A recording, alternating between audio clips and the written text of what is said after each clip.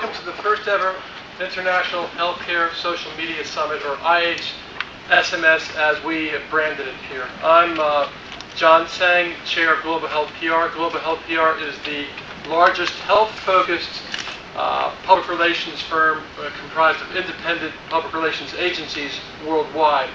We represent clients in the most important markets throughout the world, from Asia, South America, North America, and throughout virtually all of Europe. And we also offer representation in the Middle East and Africa as well too. The members of Global Health PR help a broad range of clients achieve their business and organization goals through targeted and strategic communications that rely heavily on social media. All the tools and tricks of the trade are represented by what we believe are best in class sitting right here at the table throughout our partnership. Now, over the past year, we've seen with world events a great deal of social change and upheaval, particularly in the Middle East. And when 30 years ago, Hosni Mubarak took power in Egypt, no one could have predicted that in a matter of 18 days, 30 years later, that really this whole cascade of angry tweets would help to contribute in large part to bringing down this leader. So we thought, when it comes to global health and global health issues, what if the power of social media could be brought to bear on behalf of a global scale pandemic? And the pandemic that we have in mind and that we're studying and reporting on here to you today is none other than malaria. Now, malaria is a crucial, critical, killing disease that kills one child every 45 seconds. So we thought that this would make an entirely appropriate case history. So with malaria as rampant as it is, the partners of Global Health PR undertook this study of global health, this global health crisis, to understand what the conversation is around happening around on a global and as well as local scale.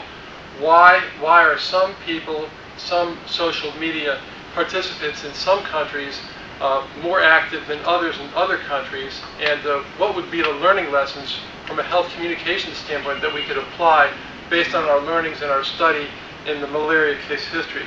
So what we'll cover over the next 90 minutes includes the tipping point for health and social media, what our social framework for engaging social media programs looks like, our insights into social media and malaria, and then Global Health PR's prescription for malaria social media engagement. Then we'll have plenty of time for your questions. Our Q&A is going to be managed by my colleague Neil Crump from the United Kingdom, Global Health PR, who will also be monitoring during the Q&A period. Also joining us up at the panel table here are Paula De La Barreda from Global Health PR Mexico, and our friend Aaron Pond with Global Health PR in the UK, and then my colleague Anthony LaFaus from here in the US, Global Health PR. Both Aaron and Anthony are directors of digital and social media strategy, so they're more than well qualified to lead us in this discussion. So now I'll turn it over to Anthony to set the stage for our listening approach in the social media study on malaria. Thank you. Hello everyone. As John mentioned, we're going to talk about what we consider to be the tipping point and why healthcare really needs to focus on getting into social media and new media with a greater vigilance than it's been doing before. And what we're really going to cover are three main points that we see as the tipping points. The first one being technology, and we'll talk about why the technology has changed and what is really allowing us to be more active in this space. The next area that we'll talk about is this new health dynamic, some information on the way people use the internet, which has changed slightly over the past few years. And then finally, the regulations on why it's important to get into the space now more than ever. So the first bullet point that we'll look at is technology. And what you see with this graph is several different axes. The first one being data transferability and usability. Now, with data transferability, what you can think of is this. 10, 15 years ago, you were getting online with maybe a 9.6K baud modem, 56K if you were lucky, 14, 4K, very low data transfer. And that really inhibited the way people could use the web. If you thought about how long it took to bring up a web portal, because at the time you didn't have Google search or Yahoo search, you logged into a web portal, which you could then click through other links to sort of find where you were going, and how long that took compared to what many of you do today with your cell phone on sort of 3G and 4G networks, with some of the newer networks getting 20 megs a second over the air, that you can quickly cycle through websites. The x-axis is usability, and this really has a lot to do with time and evolution of the web. So as the web got older and older, people learned how to design better for it. Sites became streamlined, web pages became more interactive. It wasn't just putting information up online. People actually thought about what they should put up online and how it should be put there, and the user was really brought into the experience. And what we find is those two elements really combined to increase engagement. So the combination of faster internet and more reliable, usable internet really meant people were getting online more for everyday activities. So, 5-10 years ago, when you went online for, say, college research or school research, that was a big endeavor because it took a long time, versus now where you go online to check a movie time or the weather or lotto scores, just because it's that much easier. The next slide is sort of the new health dynamic, and this is an interesting concept that I like to liken to the concept of banking. When you think about the way people approached banking 4 or 5 years ago on the web, they were very scared to put information out. Putting your account number online was a crazy concept. No one wanted to do it. They were very afraid that that information would get lost somewhere. But over the years, we've kind of grown accustomed to it. I went into a bank 2 months ago and didn't know how to interact with any of the tellers, just because I go online all the time. I was very confused on what to do. Like, I hadn't been in a bank in forever. So that mindset has completely evolved, and what we're finding is that mindset is starting to transfer over into healthcare as well. So people are starting to look more and more into putting information out on the web and using it. And the stats you see in front of you, I think, are very telling. The first one is that in the next few years, India is forecasted to have 45 million social media users. Now, India has more English speakers than the rest of the world combined. It is an amazing market with incredible dynamics. Every day, 45,000 people join a social network. That is astounding. 45,000 new people delving into social media, crawling through information. Then the next numbers you see underneath are Mexico. And Mexico has 30 million internet users, and the fact that blew my mind when I read it was 1 out of 10 internet users in Mexico have a blog. 1 out of 10, that is an astronomical number. That means people are getting on the web not for just casual purposes, they're putting information out there and they're creating content, which is astounding to me.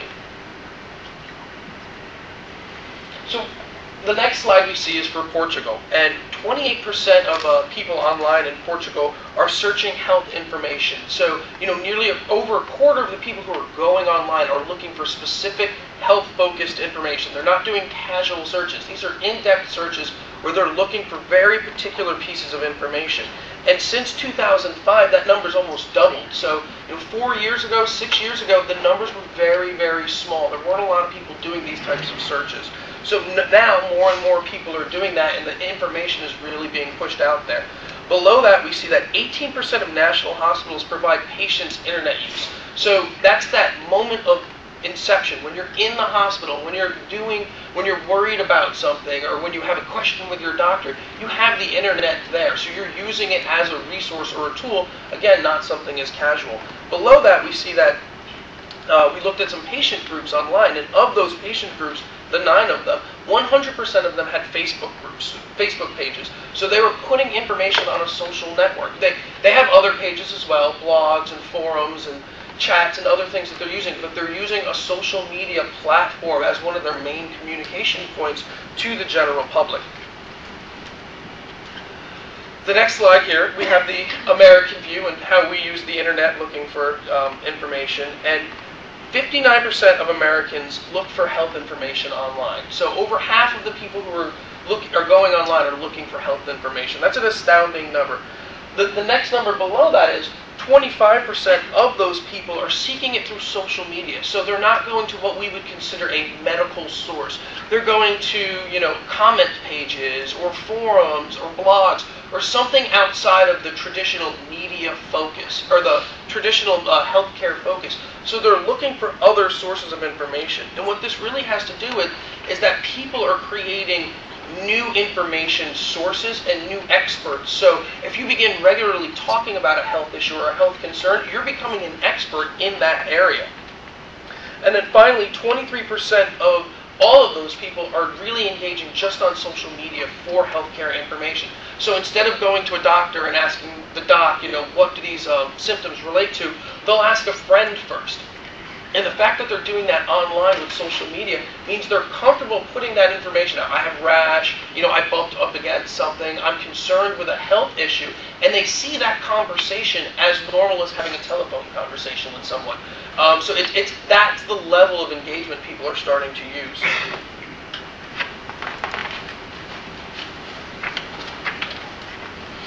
So in the UK, the number of users who are looking for health matters online has almost doubled in the past few years. So more again, just we see in the US, more and more people are going online. They're not taking the traditional source or the traditional phone call. They'll take that first step looking for information online.